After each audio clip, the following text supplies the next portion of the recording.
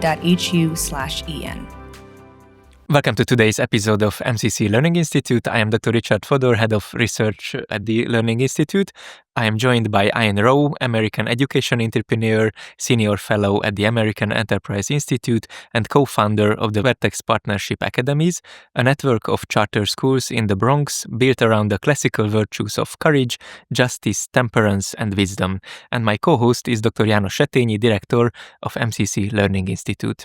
In this conversation, we will explore the foundations of Ian's philosophy of education, including the influence of his parents' immigrant story and his belief in the American dream as a source of agency of young people. We will also look at the mission of Vertex Academies, the role of charter schools in the American education system, and the ongoing debates around how the US history should be taught. So let's get started. Ian, thank you for joining us. Oh, it's such an honor to be here. You have often spoken about the influence of your parents, Vincent and Oila, who immigrated from Jamaica during the turbulent times of US history. How did their example of faith, education, and entrepreneurship shape your own philosophy of what young people need to thrive today? Yes, well, thank you for that opening question.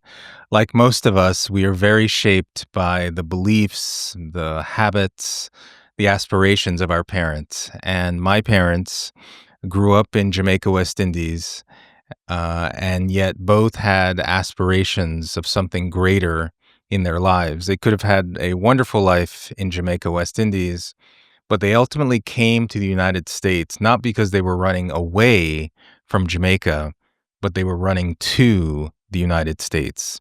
They were running to a country that they believed was rife with opportunity, even though when they came, it was the year 1968, which was a year when Martin Luther King was assassinated, Robert F. Kennedy Jr. was assassinated, and it was a very turbulent time, as you said, particularly around issues of race. But my parents believed that with a strong family, my parents were married for 48 years, with a strong religious faith and the moral construct and the moral framework that comes along with that, and then a heavy emphasis on education, those three pillars together, they felt would create the foundation for a better life for themselves as well as their two sons. Let's talk about the school you are a co-founder of. At Vertex Partnership Academies, you have chosen classical virtues as courage, justice, temperance, and wisdom as guiding pillars. What led you to these particular virtues, and how do you see them preparing students for challenges in their lives? Yeah, so I've been running schools now, public charter schools in the Bronx, New York City for almost 2 decades now. These are communities that are predominantly low income, predominantly minority students, and in communities that face a host of challenges. But I've also felt that these are the very places that need world-class education, and world-class education that's steeped in the classical virtues. They're steeped in the collective wisdom we've known for ages of what it takes to lead a meaningful life. And so one of the first decisions we made when we opened Vertex Partnership Academies, which is a public charter high school, it's an international baccalaureate high school. The school is steeped in the 4 cardinal virtues, as you said, courage, justice, temperance, and wisdom. And it's important for people to understand the word cardinal comes from the Latin root, cardo, which means hinge. So the cardinal virtues are those virtues upon which all other standards of moral excellence depend.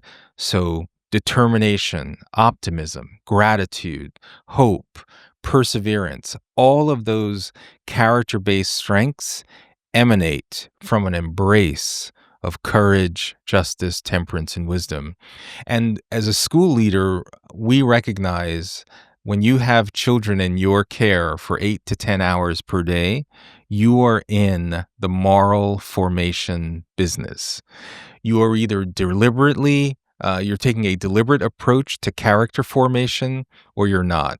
And we said, let's make the implicit explicit. So for each of our virtues, for example, courage, there is an I statement. So each morning, our students together recite, I reject victimhood and boldly persevere, even in times of uncertainty and struggle.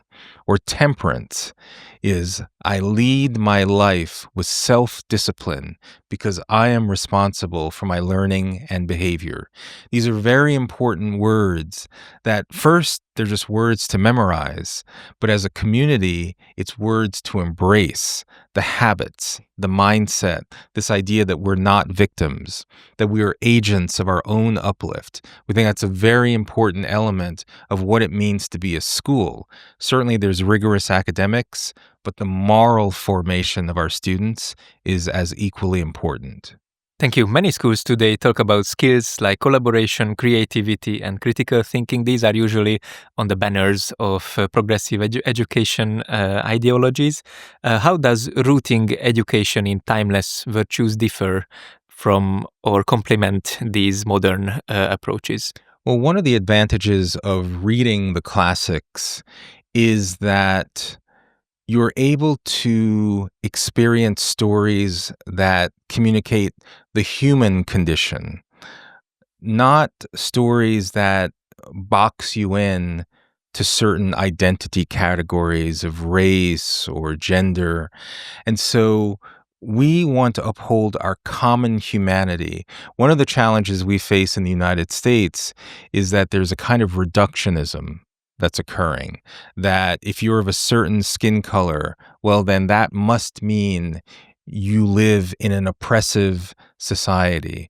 Or if you're of a certain gender, that must mean that you are at a disadvantage.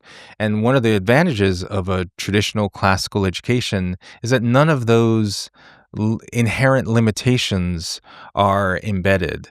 And so we think it's very important for that young people to see the kinds of stories, the kinds of connections that are timeless, that don't put you in a certain category based on these superficial characteristics. Let's talk about the location of your school. Vertex is located in the Bronx, as you have mentioned, a community that faces real educational and economic challenges. What does it look like to apply these classical virtues in such a local, concrete context? Yeah, so our current high school is in the Sound View section of the Bronx, which is a lovely community.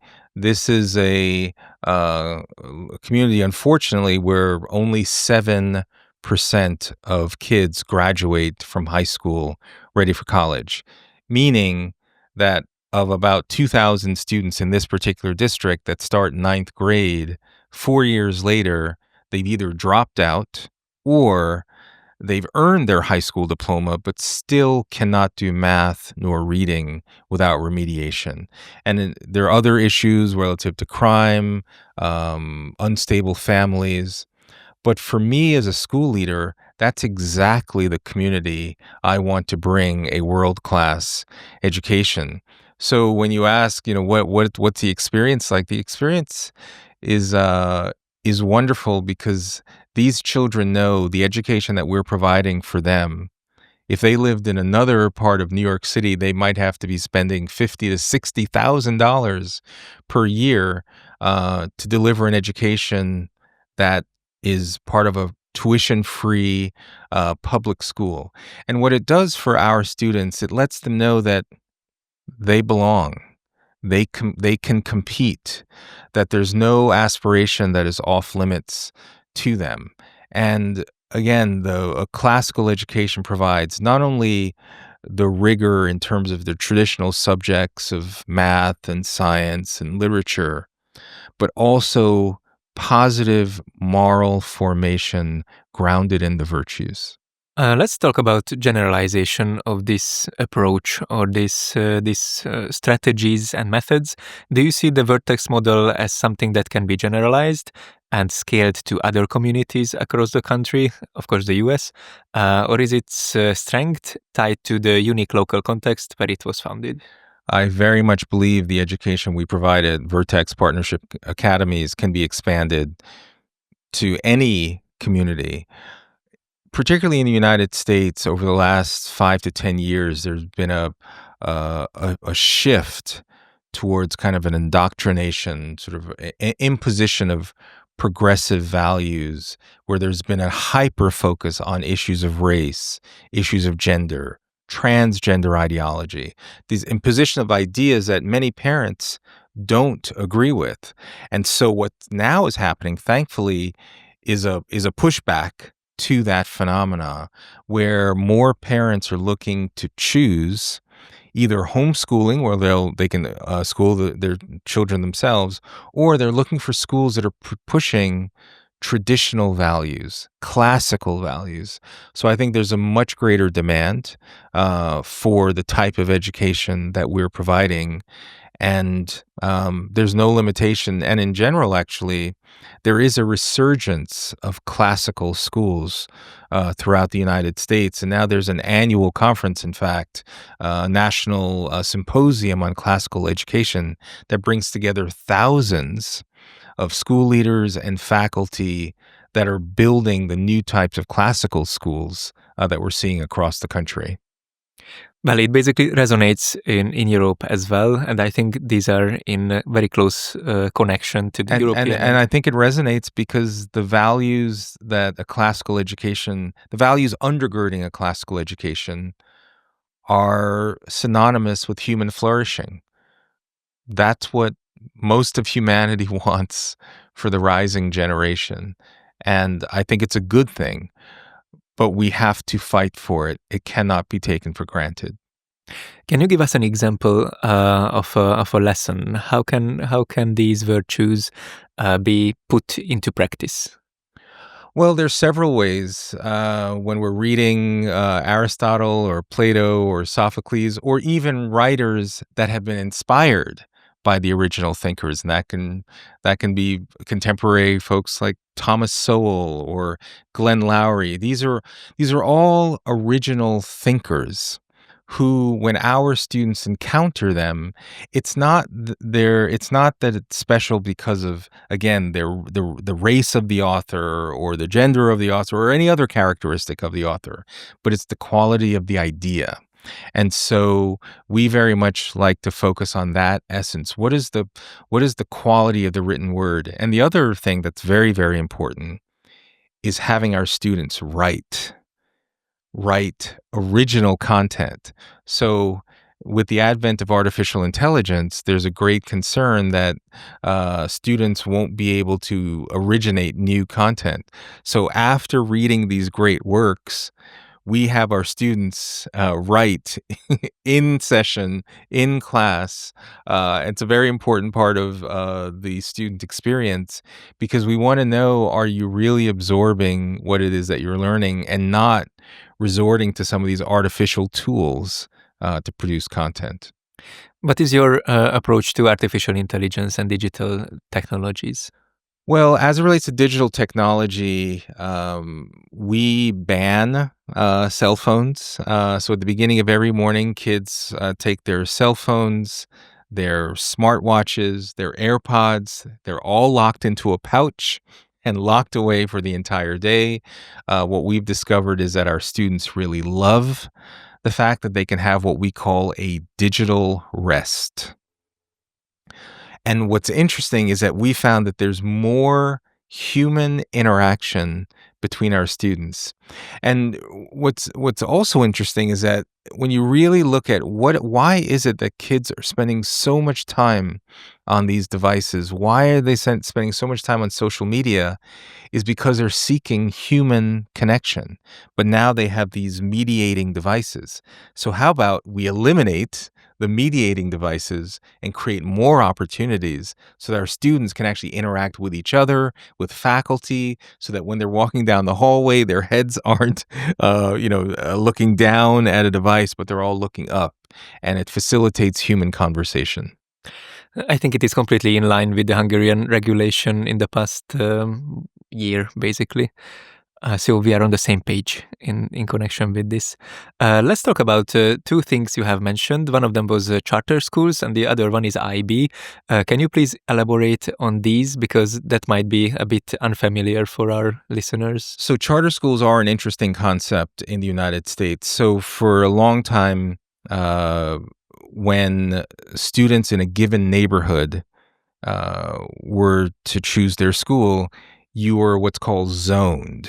There was a certain school that was assigned to you, and that's where you had to go, regardless of the quality of that school. And there's certain communities, like in the Soundview section, that are only graduating maybe single-digit percentages of kids who are reading at grade level. And so about 25 years ago, there was a movement of how can we create more options within the public school system. And that's essentially what a public charter school is. So a public charter school, education entrepreneurs like me come up with an idea, create a nonprofit organization, petition the state for the opportunity to be authorized to run a charter school. So you come up with an idea. In our case, we said we wanted to build a virtues-based international baccalaureate public charter high school. We made our case. We were awarded the opportunity to run our school. And just to give you a sense of the opposition, the teachers union in the United States sued us to try and prevent our schools from opening. Thankfully, we prevailed, but it gives you a sense of the opposition we face, even in just creating good schools. But that's in essence what a public charter school is, that it allows education entrepreneurs to create more high quality options. And so usually our schools are oversubscribed, which means that we have far more demand than there are available seats, so that there's a lottery, which is, at one time our schools were getting about 5,000 applications for only about 200 available seats every year. So it's heartbreaking when we know that we can open more great charter schools, but there are regulations and limitations restricting the growth. Yes, that is very unfortunate, and I hope that that you will manage to open new schools. Yes. Let's talk about history education, because that is very important in both generally Hungary and in our institute. You have spoken about the dangers of teaching distorted historical narratives in one of your articles, pointing to the projects like the 1619 project or Howard Zinn's People History. Why do you believe these approaches undermine students' sense of agency, and what would a more constructive way of teaching American history look like, in your opinion? Well, for any country, if you're raising a new generation, what we owe to that generation is an accurate understanding of how your society came to be, warts and all, both the heroic elements of your history as well as those that may not be so heroic, because knowing the whole story is actually maybe counterintuitive, but that's how you build pride in your country. In the United States, there has been this effort to, in my view, skew American history in such a way that if you pick out the most negative elements of our history and you string that together, you can create a narrative of a permanent disability, a permanent disease almost. And that's what you referred to, something called the New York Times 1619 Project, where a group of writers came together and said that the country, America's founding, the founding principles were false when they were written, or that the America was not founded as a democracy, but founded as a slavocracy. These are demonstrably false statements. But when that 1619 Project was put into the form of a curriculum and taught in thousands of schools, suddenly kids were no longer getting a sense of America and what it stands for, and America, some of the challenges it's had, but how its founding principles have led it to be a better country. they got the impression that this country has a permanent malignancy, and that is extremely unfair. We think it's much more important to tell the entire story. So, for example, there is one of the most horrific events in American history is what's called the Tulsa Massacre. It occurred in Tulsa, Oklahoma. And it's a story about these massacres that occurred on what's called Black Wall Street. And it's usually told in this way that America is this oppressive nation that was opposed to Black people gaining wealth, and nothing has changed. Well, actually, if you teach the entire history first, there's an incredible stories of how during Jim Crow segregation, Black people were able to raise capital, launch these incredible businesses, accumulate wealth, even to the point where there was something called Black Wall Street. And the reason that's inspiring is that for students of any race, when they hear that, they say, wow, if these folks could accomplish those outcomes under those challenging conditions, why can't we do better today when those conditions no longer exist? So that's the first unit of that lesson. And then we teach the Tulsa Massacre, the horrific events where many people were killed and these businesses pillaged. And that's a very real part of the history. But then the third part of the unit actually talks about the rebuild of Tulsa and the rebuild of this section of the Black economy. For us, that's a more complete telling of this one aspect, but it can be applied to almost any other aspect of American history. Let's have the confidence that America, like almost every other nation, has elements of its history that are heroic and virtuous, and others that were less so. But you have to see that there's a through line of founding principles that allow the country to get better and better over time. Thank you very much. Let's talk about Teach for America, because that is an interesting concept which has been adopted by the Hungarian state as well. You also spent time working with this organization that brought many young people into classrooms across the country. What did you take away from that experience, and how do you see its role in the wider landscape of the American education? Yeah, so Teach for America was an idea when I first learned about it, it was in its very early stages. This was when I was at Harvard Business School. I discovered that this young woman, Wendy Kopp, had this idea, which was to take some of the finest college students who are graduating college students in the country and have them commit 2 years to teach in some of the most impoverished urban schools in urban and rural school districts across the country.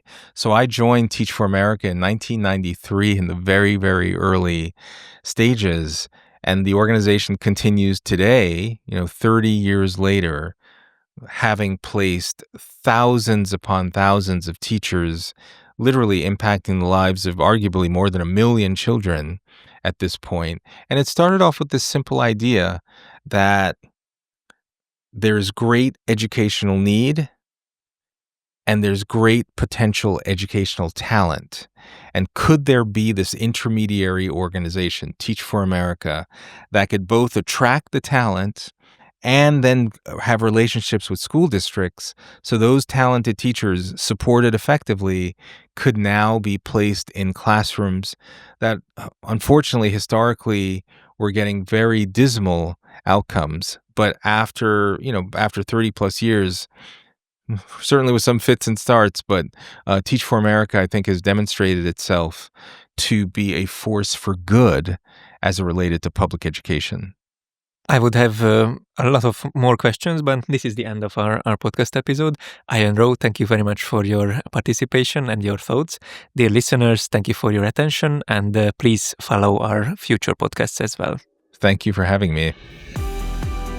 Thank you for listening to this MCC podcast episode. For further media content, please look up our English website at mcc.hu/en or look for us on Facebook, Instagram, and Twitter. If you want to read more by our professors, external contributors, and students, check out our knowledge base at corvinus.hu/en.